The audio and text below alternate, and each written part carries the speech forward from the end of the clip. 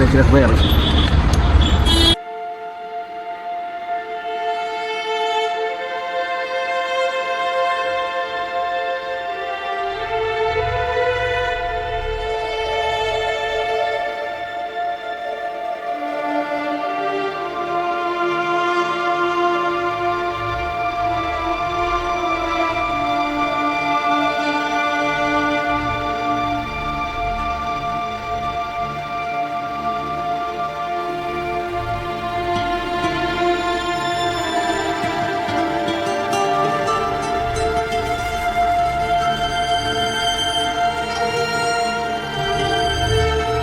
نحن الآن حاليا بالمتحف الزعيم عبد الكريم قاسم.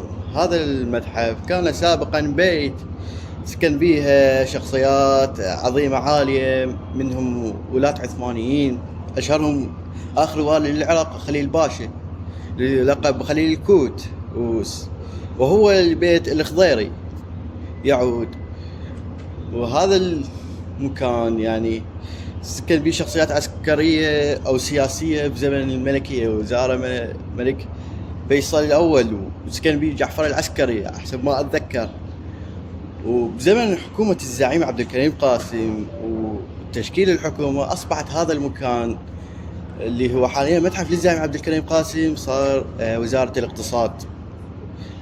59 فترة الحكم الزعيم عبد الكريم قاسم، هاي فترة مأساوية بزمنه، حيث حدثت حادثة اغتياله ومشاكل سياسية مع الدول الأخرى،